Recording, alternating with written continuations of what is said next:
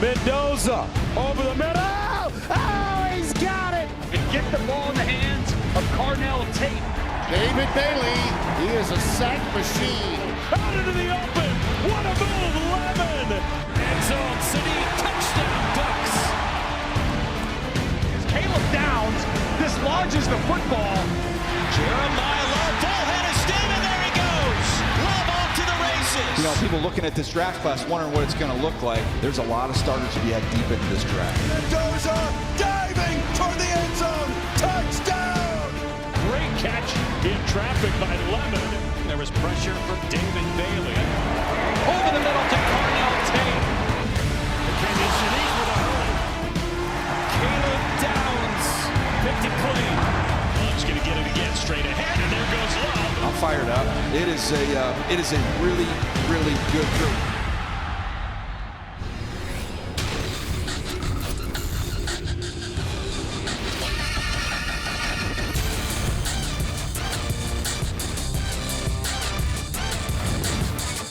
Some would argue that this is the best time of the year. New hope on the horizon, the NFL draft right around the corner, and we kick off a new season of Mock Draft Live. Mike Ham, Bucky Brooks, Lance Zierlein, this trio with you leading up to the draft. And yes, we got you covered of complete coverage of the NFL draft. And guys, it is awesome to be with you. If you're new to the show, every single week we will dissect someone's mock draft. Daniel Jeremiah first on deck. We'll hear from him in just a moment. But I want to start this show off, Bucky, in a positive light. Position groups. When I think about the strength of this class, where is it? All the non-marquee positions. When you think about running backs, think about off-ball linebackers, even some of the safeties, there's some talented playmakers in positions that you normally want to spend the top pick in. Yeah. Lance, how do you see it?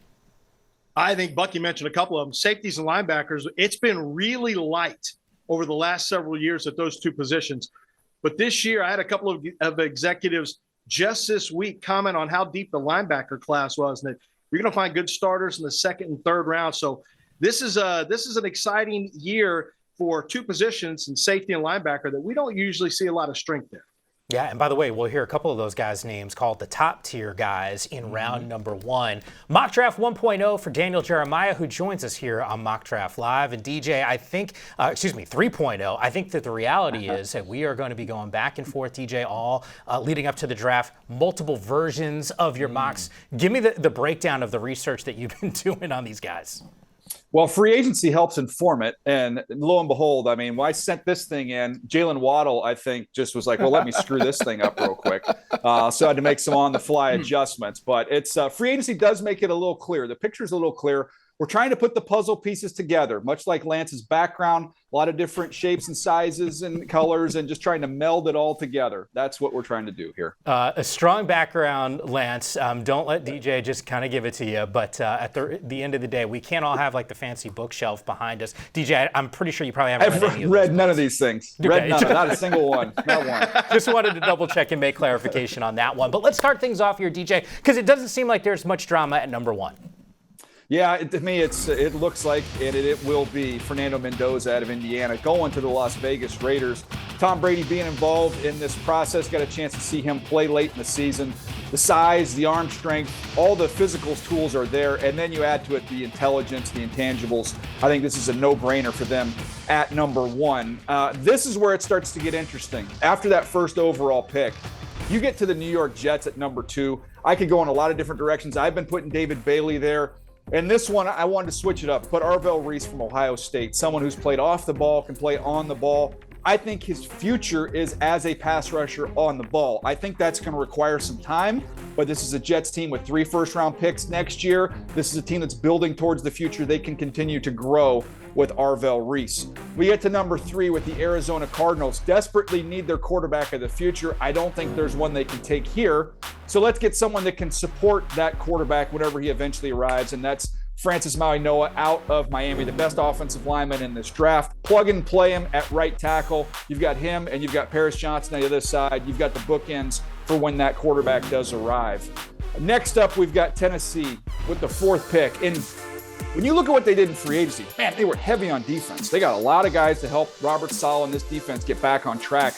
They've got to do something for Cam Ward, their second-year quarterback, the former number 1 overall pick. So give him the most dynamic offensive player in the draft, and that's Jeremiah Love out of Notre Dame. They're getting ready to go into a new stadium, guys, as well, a year from now. And I think those big banners on the side of the stadium of Cam Ward, Jeffrey Simmons, you throw Jeremiah Love up there. There's some business that can benefit from this as well as what they'll get on the field. Yeah, DJ, looking at that third pick in Manoa, this is a guy that Mario Cristobal has had. I actually spent some time with Mario this year and last year. He was raving about what this kid can do up front to help out an offensive line. But we got to talk a little bit more about that first overall selection, Fernando Mendoza. Mendoza over the middle. Oh, he's got it. He's going to take off and run. Mendoza diving toward the end zone. Touchdown! Time now for Draft Builders, presented by Lowe's. I think when you talk about quarterback stories, this one is unique as they come. I know there was a buzz around Cam Ward and his ability to sort of level up. Fernando Mendoza wasn't this highly regarded guy when he was coming out of school. Remember spending some time with him when he was at Cal, and all of a sudden, talk about a national champion and a Heisman winner. Why is he the perfect fit at 1? Yeah, he is the unanimous choice to be QB1 in this draft class, and a lot of it has to do with his IQ, his processing ability, and his pinpoint accuracy. Here we're going to see the ball come out, up, and early. You're going to see it come down the field on this fade ball. Perfect spot right in the mailbox like you want to see it. But it's not only his ability to push the ball down the field, but driving it on those out-breaking throws right along the boundary. Then you see the space away from the defensive back, so it's an easy completion for the receiver. But then being able to stand and deliver in the fire, he takes it, he continues to deliver accurate passes, and then he is just so clutch. People are talking about this throw against Penn State, the clutch run against Miami to clinch the title. Whenever they needed Fernando Mendoza to come up with a big play, he delivered. Is one of the reasons why people are so confident in his ability to be a franchise quarterback at the next level. I know I am, Bucky. And one of the things that I really love is the two words we always talk about with quarterbacks year after year is poise and accuracy. When you go back and you look at successful quarterbacks, they have poise and they have accuracy. And we see them in all of these clips that we're watching. We see a combination of the two. Back shoulder throw, he's as good as anyone I've seen in years at making that throw on the collegiate level. There's some elements of his game that remind me of Joe Burrow in terms of his placement and his accuracy on all three levels. And I think the one thing that really stands out on a lot of the videos that we've had, especially that Iowa clip and the game winner against Penn State, was he will stand in and take the hit to deliver the ball. He's not rattled easily. He got sacked a ton, as Mike Yam probably knows at Cal. I mean, he was sacked and hit a ton at Cal, and it didn't have an impact on him when he got to Indiana. He's still the same quarterback, lets his protection do its job, lets the wide receiver combinations, he gets through his progressions. He's just a really, really, really accurate quarterback when he's protected. Yeah, and the pushback you'll get from people when they're talking about it, the only negative thing they'll say is, all the RPOs in this offense, and how is this going to translate to the next level? You can cut through that. You watch all the 3rd and 7+ throws. You watch his work in the red zone. That's as close as you can get to NFL football in condensed space. They know you're throwing the ball, and he was not good. He was elite in those situations. So I think the Raiders have their guy. I do think they'll get a veteran, and they won't force him onto the field right away. I think they think that's the right way to do it, but they're going to get their quarterback of the future at 1. Yeah, and they've done a pretty good job so far in this free agency period, the Raiders, that is, in spending some cash and trying to remake a little bit of this roster. But, DJ, I want to circle back on that number 4 selection there, the running back, Jeremiah Love. You think about what this kid is capable of doing. These numbers, this is eye-opening here. You see Love and that NGS draft score at 94. I mean, think about the elite production, the elite athleticism that we're seeing here so far. But I got to imagine, Buck, for you, there's a reason why DJ loves him and why this score sits at 94 for him. Look, man, I'll talk about this in full disclosure. This is the highest grade I've given out for a running back since Reggie Bush. Wow. And doing that comparison with Reggie Bush, I talked about Marshall Faulk and Brian Westbrook and what it can be. And Jeremiah Love, you have all that and a bag of chips. When we look at the XO, he is the total package at running back. A dynamic runner receiver, electric with the explosiveness, can catch it out the backfield, take the distance from anywhere. We see the special movements, we see the playmaking ability, and then the balance and body control, being able to get skinny. It is rare that a running back can tie his eyes and feet together while looking up the field and making these cuts, but he has all of it. Contact balance, finish. He has the ability to play with violence, but also has some pizzazz when he sees the wiggle. And what I love about him, this is a guy that consistently puts in the paint. The last 2 years at Notre Dame, he was spectacular. He is exactly what you're looking for in an RB1 at the NFL level. Well, one of the reasons, Bucky, he is because he's a 3-down menace. Like, this guy can hit home runs first, second, third down. And it's not just, it's not just on the ground. It's also through the air, which is one of the reasons I gave him a player comp with Jahmyr Gibbs. It's not the perfect style comp necessarily. It's kind of tough to come up with one for Jeremiah Love. But when you look at his impact on a game for 3 downs, it's very similar to Jahmyr Gibbs. Now, he's going to be a more physical runner than Gibbs. I think he is more explosive into contact than Gibbs is. But both of these players have the ability to take the short run, wiggle a little bit and turn it into a home run. They also have the ability to come out of the backfield or line up in the slot and really beat up man-to-man mismatches in the passing game. So for me, good comp in terms of impact on a game for Jeremiah Love is Jahmyr Gibbs. Yeah, and I think you look at Cam Ward, guys, I think he's going to have more fun throwing it to him than he is to handing it to him. And you saw all these highlights with him running the rock, but what he does as a route runner, not just someone who's going to catch a swing or a screen, you can get him out in the route, let him run wide receiver routes. He's going to be a weapon for the Tennessee Titans if this is how it ends up falling. Yeah, kind of awesome to watch him and see some of that production. I mean, there was a good stretch there, middle of the season. We don't always talk about running backs in that Heisman mix. I mean, there was a real conversation about this dude and what he could have done. I know Fernando Mendoza obviously wins that award, but was spectacular. DJ, there's a contingent on the East Coast. Their last name is Yam. They are really focused in on where you're going to go in this next selection as we continue with your mock draft 3.0. The New York Giants on the clock. Who do you think the best fit is?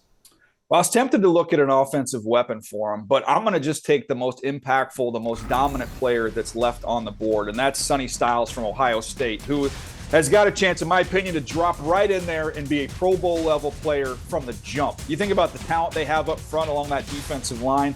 He's going to be able to roam sideline to sideline right behind him. You're going to be able to add him into the blitz, into the rush with Abdul Carter and company.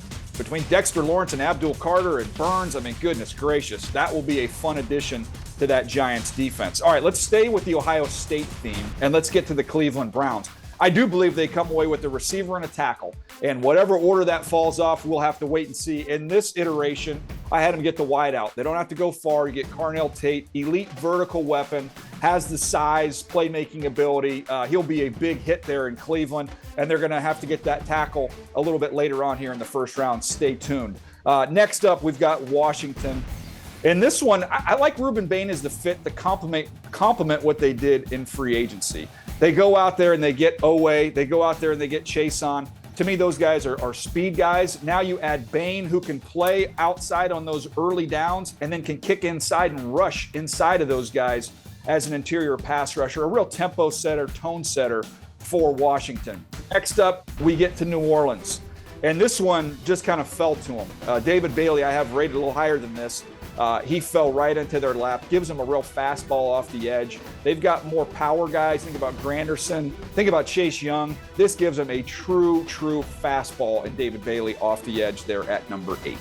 Yeah, an impressive group of players. Once again, the complete mock 3.0 draft from Daniel Jeremiah, available on NFL.com. Here's 1 through 8. We actually have 3 players in the top 6 from Ohio State. Tate could actually be the 6th Ohio State wide receiver selected in the first round of the draft since 2022. They just continue to churn out really talented guys. But I'm interested on Sonny Styles here, Lance, not just because he potentially is going to the Giants, which is, once again, where my family and myself to root for that squad. But I couldn't help but notice the movement upwards. 10 spots since DJ's last draft, Lance. What do you like about what you've seen on tape from him? Yeah, well, the dirty little secret is we do mock drafts for the Yam family. First of all, 1,000%. Secondly, one of the things you love about Sonny Styles is he has 3-down. He has 3-down ability in a very rare sense. Like, he's a former safety who moves down the linebacker. He can rush the passer. And DJ talked about this with Arvell Reese. The same thing is true with Sonny Styles, only he was a bigger tester than Arvell Reese. And he's one of these players, and DJ and Bucky can attest to this. There's players who we are on the verge of, like, boy, I want to see how he tests because I'd love to push him up. And there's other guys you say, I'd be interested in pushing him down. And as soon as you saw the testing for Sonny Styles, I think that becomes an easy push up, especially in this draft, because he can impact the game on 3 downs, just like I talked about with Jeremiah Love, but in a different way. Coverage, rush, and, of course, the ability to stop the run, first, second, third down, sideline to sideline. And Bucky, he is extremely physical too. He's a guy who's got an NFL, he's got NFL bloodlines, and he's somebody who understands what ball is all about. He certainly understands what ball is like, and I can see the appeal for John Harbaugh, because what if I told you got a player that is a mix of Fred Warner and Kyle Hamilton? Because that's what you have when you talk about Sonny Styles being able to play in the box and even able to walk out in the slot. And I just think about when John Harbaugh had dominant defenses with the Baltimore Ravens, he always had someone that could be like that joker that could move around and create chaos. Well, the chaos agent for the Giants will be Sonny Styles if he comes over to a front line that is already talented and loaded. I can see Yammer and the Yam family beaming over Sonny Styles making his way to New York. Sign me up. Yeah, and Buck, this is not just a tester here. This guy has started as my 5th overall player in this draft and my top 50 rating. He's gone from 5 to 3. So he's been up there the whole time. In terms of the mock drafts, you're just trying to figure out how teams are going to value off the ball linebackers. You guys teased it at the top about some traditionally pillar positions being the best players in this draft. I just think the talent's going to be too overwhelming that eventually they're going to have to say, we got to take this guy, because he might end up one day, Yam, with a jacket that matches the color of Bucky's pocket square. Yeah. You can't go wrong with the Hall of Fame colors. I know. We were talking about the testing, second highest vert jump at the combine for a linebacker since 2003. I think it speaks to what all three of these guys, and Lance, I know you talked about some of the testing here. This dude just continues to rise. We will find out where he is next week here on Mock Draft Live, because there's always some tinkering that our guys are doing. Just getting started here. Up next, picks 9 through 16 in DJ's first round mock. There's got to be a run on wide receivers. Need a playmaker on offense? I got a list of guys for you.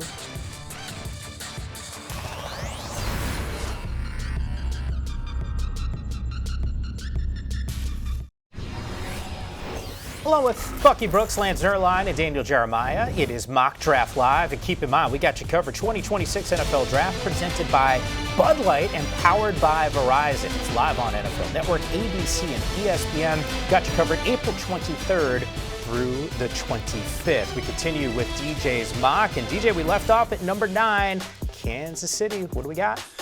Yeah, I've got Kansas City going with offensive linemen. You know Andy Reid loves getting these big guys early in the draft. Fano, to me, is an upgrade for them at right tackle. He also has the versatility, depending on where the future takes you, that he could play inside if that was what was required. So I'm a big fan of his game, and I like the fit there with Kansas City Chiefs. Up next, we've got the Cincinnati Bengals. It's kind of become a little bit of a punchline, but you kind of know, hey, best Big Ten player. That's a good place to start when you're the Bengals. And in this iteration, Caleb Downs, a do-all safety, can move around, do a lot of different things with them. He could be the nerve center, the communicator for this Cincinnati defense. Next up at 11, let's stick with the DB theme here for these next couple picks. Miami, Mansour Delane. I think he's the most consistent corner on tape. You see the highlights right here, just really, really sticky in coverage, never out of phase, never out of position. He also has some toughness and physicality as a tackler. They get an upgrade there. Next up, the Dallas Cowboys at 12 as we kind of keep this theme going.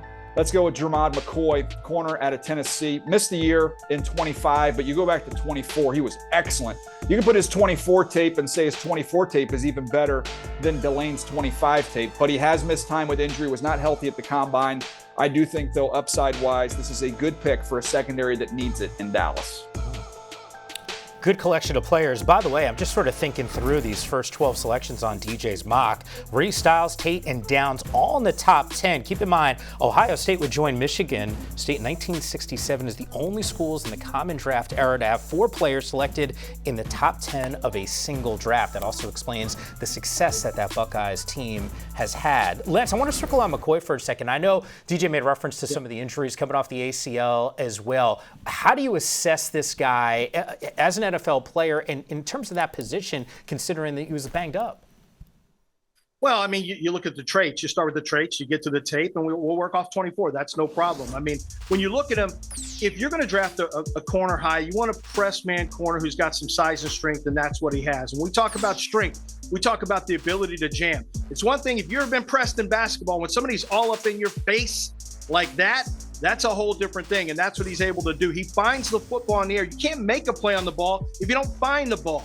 And McCoy does a good job of finding the ball down the field. And then lastly, as a 3-down player, as a guy you want to be a high pick, you want him to be able to handle the run as well, because people will test you. These running games will test you, and he'll step up and collect tackles as a run defender as well. So, he does everything that you want on tape, as DJ alluded to, Bucky.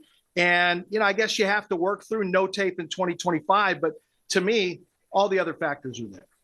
Yeah, all the other factors are there. Feisty and physical, patient and polished. He does all those things that you want to see on the edge. And I love his ball skills. He just has a knack for finding the ball. That awareness is there. The ability to take the ball away is there. And even though he hasn't played, he has so much good tape that you're willing to buy in to his ability to bounce back from that injury. Need to see him work out. Yep. But man, if he works out and shows just a little bit of what we saw the last time he played, right there, he's a top 15 pick all day, every day in any draft class. If you want to know what he looks like against real, legit NFL wide receivers and you want to see a fun battle, go watch the Ohio State tape. They got this young receiver there. I don't know if you guys have ever heard of him. He's pretty good. That was a pretty good matchup there, the guy with my namesake. DJ, meanwhile, I know we're going to continue with your mock draft. Speaking of wide receivers, we got the second one off the board at 13. Throws, that one caught by Lemon, and a quick turn upfield, out into the open. What a move, Lemon! Man, is he dynamic. Great catch in traffic by Lemon. All right, Mekhi Lemon. This is a Rams team that has been rumored to have been in on A.J. Brown. Might still be in on A.J. Brown. Who knows how that all ends up. But they are looking to add to this wide receiver room. Mekhi Lemon, that's just a tank of gas. Go get him from USC. Catches everything. Tough, gritty, fits how they view wide receivers. Think about Kupp. Think about what they've got with Puka Nacua. They love this style of player. Next up, we've got the Baltimore Ravens. Let's keep the receiver train rolling.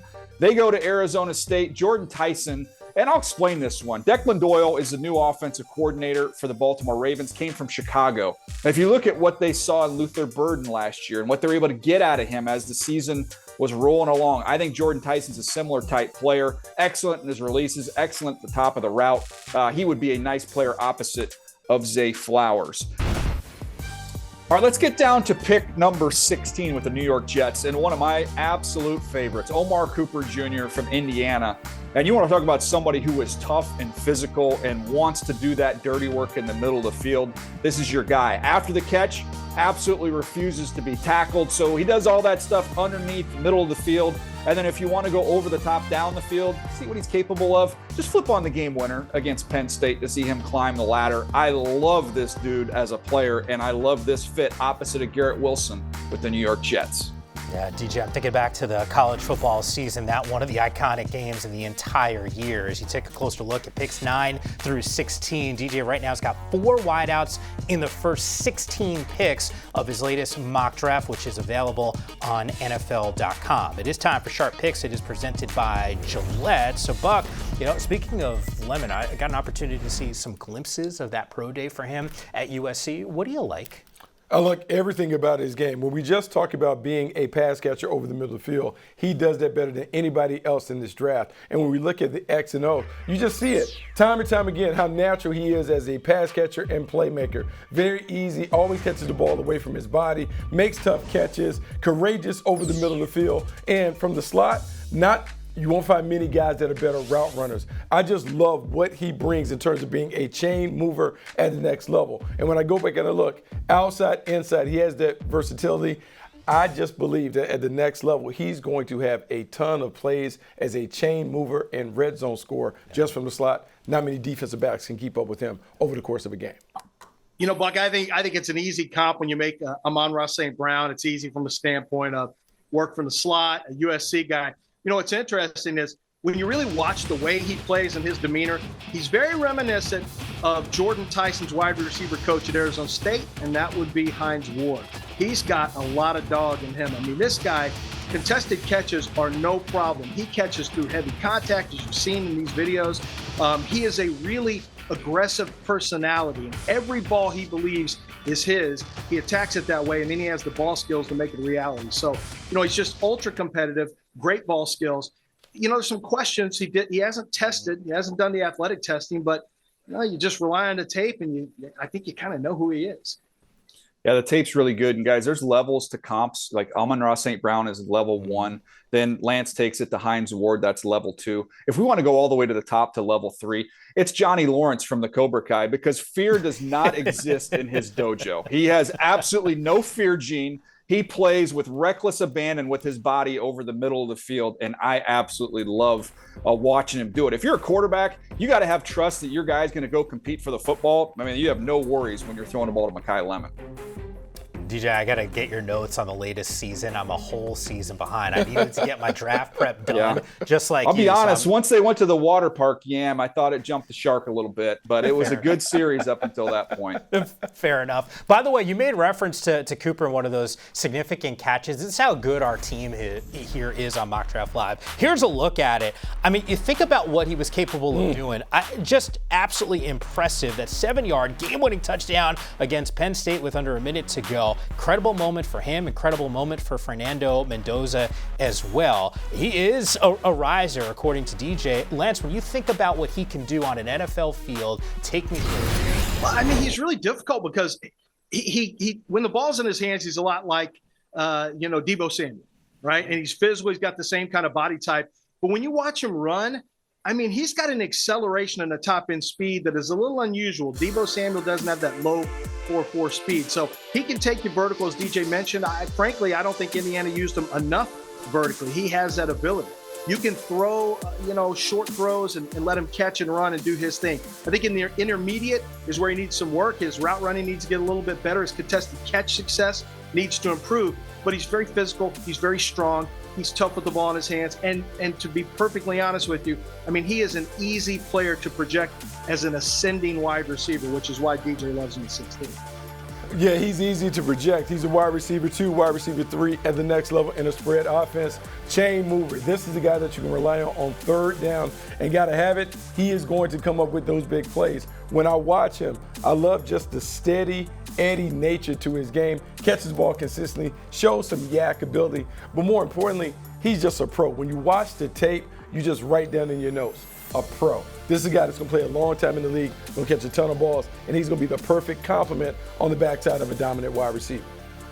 I don't know if the Jets are going to get their quarterback in this draft. They've got 3 first-round picks next year, but I think they are going to try and set it up as a very attractive location for whoever that quarterback is in the 27 draft. By the way, you're old school, man. Like when Bucky says you write in your notebook pro, you literally have a notebook. That's what you have. Like, I mean, when you go to North Carolina game, you got to do some work. You know what I'm saying? You got to learn how to do this. There's some counter evidence on that now. We can talk about some counter evidence. I don't know about the new school guys, but you got to do some work when you go there. You know. New school is taking the notes on the phone. I'm just saying it's always caught my attention that Bucky literally is handwriting all of his notes as he's getting ready for the NFL draft, which is just around the corner. We got more here on Mock Draft Live. I start thinking about certain franchises though, and maybe an unhappy fan base. Eagles, Cowboys, Niner fans. Is DJ going to make you happy with this latest mock? Something tells me the answer is probably no, but we'll give you his picks coming up next.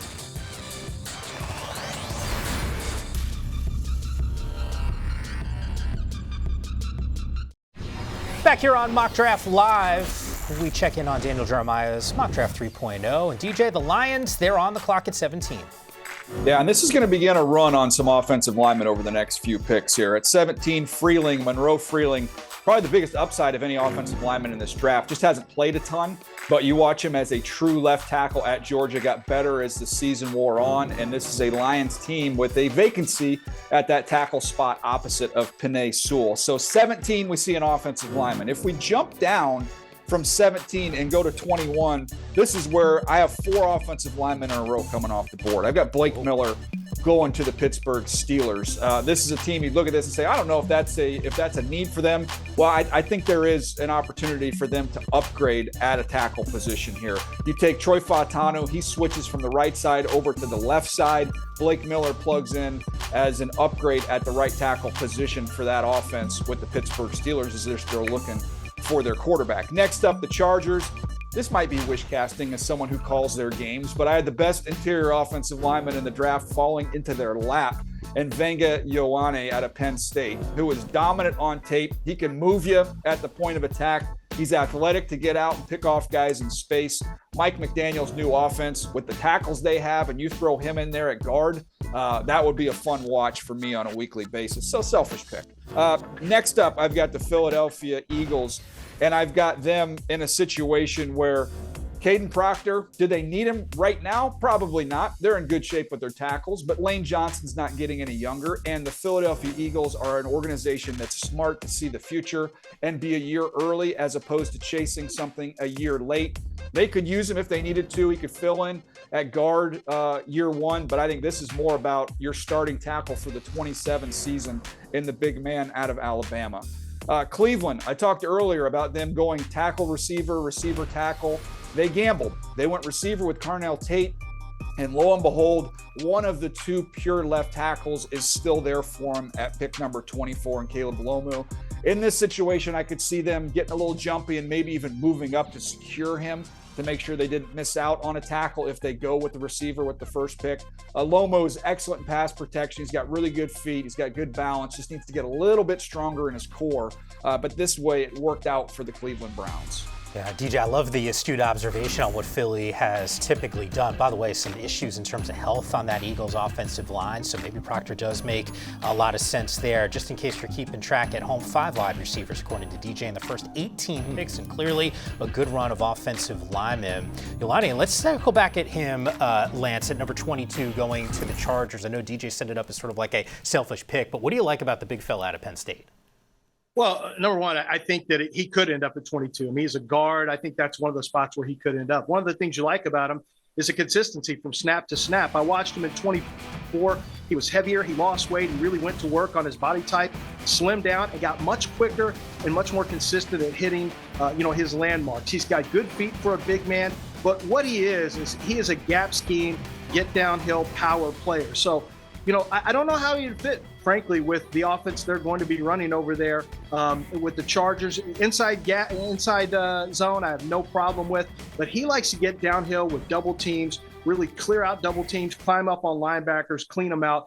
He's physically strong, good power in his hands, and really, really consistent from snap to snap. I mean, no one is going to knock him off balance. His contact balance and playing through contact is, borderline elite for a guard. So I think he's a really safe pick in this draft. I just question sometime whether or not he's going to be able to handle any kind of outside zone stuff. Yeah, Lance, it's funny because this is an overused term when we talk about offensive line. We talk about a bully at the point of attack. But when you watch him, he dominates people. He moves people off the ball. He has a violent nature to his game, and he has some nastiness. When we think about what the Chargers want to be under Jim Harbaugh, they want to be a physical team. They want to be able to run it on their terms. And even though Mike McDaniel's coming over to make his own kind of version of a fun offense, they're going to get back to basics and run the football. He fits that. He gives them a nasty temperament. I love this fit because it sets them up to win the division. Yeah, let's keep the draft going here and some of DJ's other picks. We check in at number 25 through 28 on Daniel Jeremiah's Mock Draft 3.0. Once again, it's available in its entirety on NFL.com. I can't help but notice Buffalo getting a little defensive here with Howell out of Texas A&M. But let's take a closer look at the only tight end that DJ's got going in round number 1.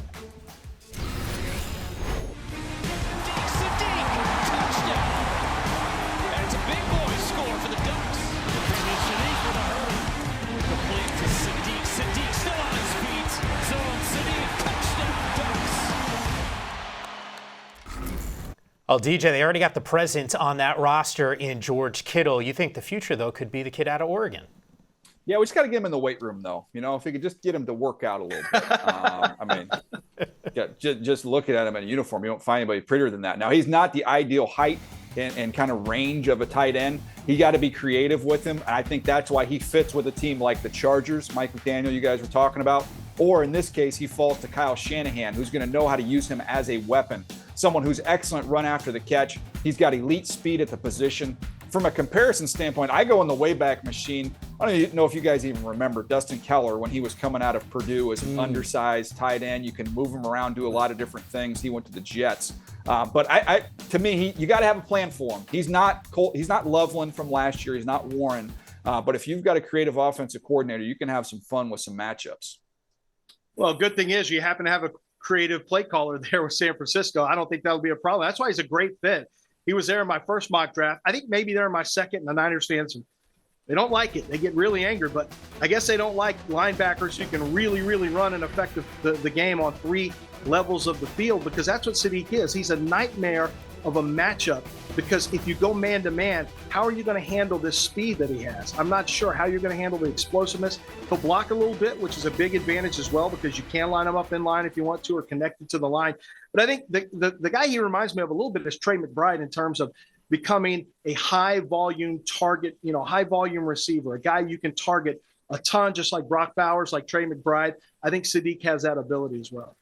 Yeah, that's an interesting comp with Trey McBride. When I think about what the Niners could do, it reminds me of the days when they used to have Vernon Davis and Delaney Walker, and they were creating all kinds of mismatches on the perimeter. And even though Sadiq will projected to eventually be the #1 tight end, I would love to see him serve as an apprentice to George Kittle. Kittle's been so great, he can certainly help him when it comes to blocking. And then Sadiq being that H-back that Kyle Shanahan can move around. We've seen all of these chess pieces that he's been able to utilize throughout his tenure with the Niners. This would be another dynamic playmaker that he can unlock and unleash on defenses around the league. Can you imagine what the setups are going to look like out on the field, that personnel grouping with Shanahan? You think about Mike Evans now, who's in the fold in that offense. It's going to be wild. By the way, I know DJ made reference to his physique. I'd say his biceps singular would be as wide as my body, but I threw on little LBs over the last couple of months. That's okay. So it's relatively close, but you get what the point is there. Certainly a specimen when he's out on that football field. More Mock Draft Live still to come here. In fact, you got only a couple picks left here in this final round. Final 4 are in. Who does DJ have going to the Super Bowl champs? The answer actually might surprise you just a touch. That's coming up next.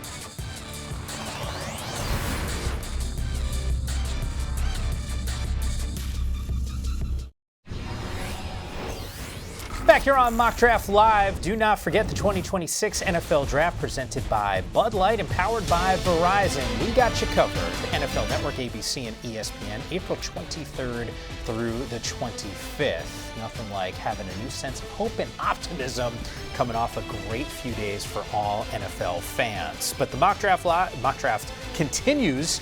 DJ, got the Kansas City Chiefs at number 29 on the clock. Yeah, we've already seen one Tennessee corner go in this first round, and Colton Hood belongs in this first round as well. He is a complete corner. He's tough. He will tackle. He can find and play the football down the field. To me, he's a really consistent player and ran fast enough when we got a chance to see him run in Indianapolis. So that's a secondary needs a lot of pieces now. They lost a lot, including the trade of Trent McDuffie. Next up, we have at pick number 30. It's a different team in there. That one threw this thing for a little bit of a loop after the Waddle trade. So the Miami Dolphins now own this pick, not the Denver Broncos. And with a team with roster holes everywhere, gave them just a really good defensive lineman that you can move around, you can slide him inside, you can play him on the edge. There are a lot of holes, a lot of directions they could go, but had them going with Keldrick Falk. Next up, the New England Patriots go defensive tackle and Caden McDonald. You want to be able to stop the run? You want to improve in that department? Well, this guy helps you do it. He's a dominant run defender. Not only is he stack blocks, he can free himself and make plays. You're hoping for a little more upside in the pass rush department. Maybe that's in the future. He's a younger guy, but he helps the Patriots stop the run. And then the defending Super Bowl champions at pick number 32. We saw 2 Tennessee corners go in the first round. Now we get our second Notre Dame running back. Jadarian Price is the pick at 32. Kenneth Walker is gone. He is no longer there. He's moved on. You think about Charbonnet, he's coming off injury. So you want to be able to have some more, value and insurance in that backfield. And I think Price is worthy of going in this selection. He is an outstanding player who's got more to offer in the passing game than you saw at Notre Dame, because they had another guy that was pretty good in that department. Cannot wait to see if that thing actually plays out that way, because as DJ just made reference to, so much buzz around Kenneth Walker no longer being a member of this team. Bucky, you and I were on set around free agency, and I think there was so much buzz around Seattle not doing a whole lot. You take a closer look at the bottom of that screen there on some of those re-signings. Keep in mind, from the salary cap perspective, JSN, when he gets paid, that deal will be absolutely mammoth. But let's circle back on Price here. Lance, I know you studied the tape. What do you think about his ceiling? First of all, how lazy is DJ not to have John Schneider trade out of the first round. Like John Schneider's going to draft in the first round. Nice try, DJ. It's so messy. It's so messy. That's a final mock draft move. You know the rules. You know the rules. I know the rules. By the end, you just want to be done with it. I tell you what, I didn't want the tape to end on Jadarian Price, honestly. You want to get done with mock drafts, you don't want to get done with his tape. This guy is so smooth. He sets up blocks, he plays off of them. There is a smoothness to his game that is unlike any other running back in this draft. You can see it. He's got burst downhill when it opens. He's got instant gas to get it there. But this is where he's really special to me. Loose hips, quick feet, great vision. Slippery and elusive. He creates for himself once he gets along the interior. And I think that's what makes him so much different even than Jeremiah Love. I think he is a better pure running back than Jeremiah Love. It's just that Jeremiah Love is really special in terms of his explosiveness and three-down ability. But do not sleep on Jadarian Price. Jadarian Price has the ability to create yards, Bucky, on his own.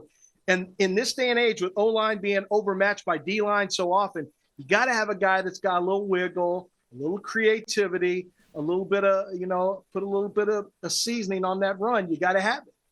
Oh, look, I feel you. I know you're down there from H-Town trying to put a little rub on the meat before we throw it on the grill. But I'm going to say, with Price, he reminds me a lot of Josh Jacobs when he was coming out of Alabama. One of those guys that can go from being an RB2 in college to a rushing champ. That is lofty praise, but he's well worth it. When you watch him, big, fast, physical, can take it the distance from anywhere. We saw 2 kick return touchdowns on his reel. And then it's the ability to catch the ball out the backfield. You see soft hands, didn't have a lot of volume or production in that category, but he is worthy of being in this conversation as a borderline first-round pick because the tape is spectacular. You just want to see more of it. He's a terrific get for the Seattle Seahawks at the bottom of the first round. And we just saw that run against Pitt a few times. Like, I want to get the side-by-side of a slalom skier and then Price and just see him, how they just kind of going around the moguls as he works his way through the defense. He has got outstanding feet. So he's a really, really good player. And I know you could say, oh, do you want to take 1-1? And this year, in this draft, for my money, there is a big drop-off after these top 2 running backs. And so if you're in the need of the position, I want to get that guy on the squad immediately in Price. Yeah, once again, some positional breakdowns. Bucky, you usually do that list for us on NFL.com. It's coming out. So knocking on the door here, because I do think about running backs in general. You've had some pretty good assessments on guys that have played out in a positive way. So we'll find out. I got to imagine 1 and 2, the kids out of Notre Dame, and we'll figure out what it's going to look like a little bit later. Hey, DJ, great stuff by you. I would say just A+. I mean, that's how I would evaluate you. I don't know if our guys would. So we're going to say goodbye to you, and then basically Lance and Bucky will just kind of tee off on players. Can I just ask one thing? Yeah. Can I just ask one favor? You guys just unload on me in this next segment. You have my blessing. But if you could just make me a cutting board out of the background, Lance, maybe a little extra, if he has a little extra background there, I would love that. Some charcuterie on that. My wife would really, really dig it. What kind of wood frame is that, by the way? Is that like legit?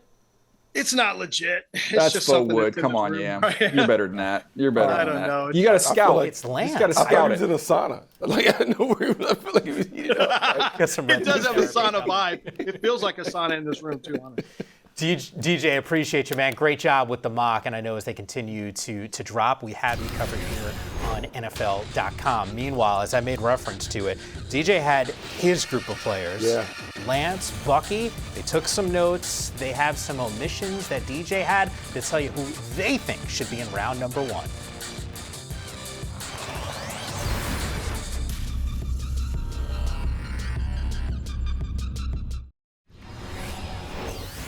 Back here on Mock Draft Live, we just went through all of the picks in round number 1, according to Jeremiah. It was his Mock Draft 3.0. Now, this happens. Like, our team on NFL.com is asking you, Bucky, you're on the hot seat next week. Lance, I know you're doing 4 mock drafts as well. In and out, like, you can't submit the same exact mock every single week. Like, there's going to be changes, right? You're going to assess, you're going to talk to people, you're going to go back, you're going to go and watch some film. These are some guys that fell out of round number 1. You agree with the assessment of DJ, kind of pulling a couple of these players out? Look, man, it's tough because this draft is really interesting in terms of the talent and the way it kind of balances out, particularly once you get 20 to 40. There are a lot of guys that have similar grades. Peter Woods on that list from Clemson is one that stands out to me.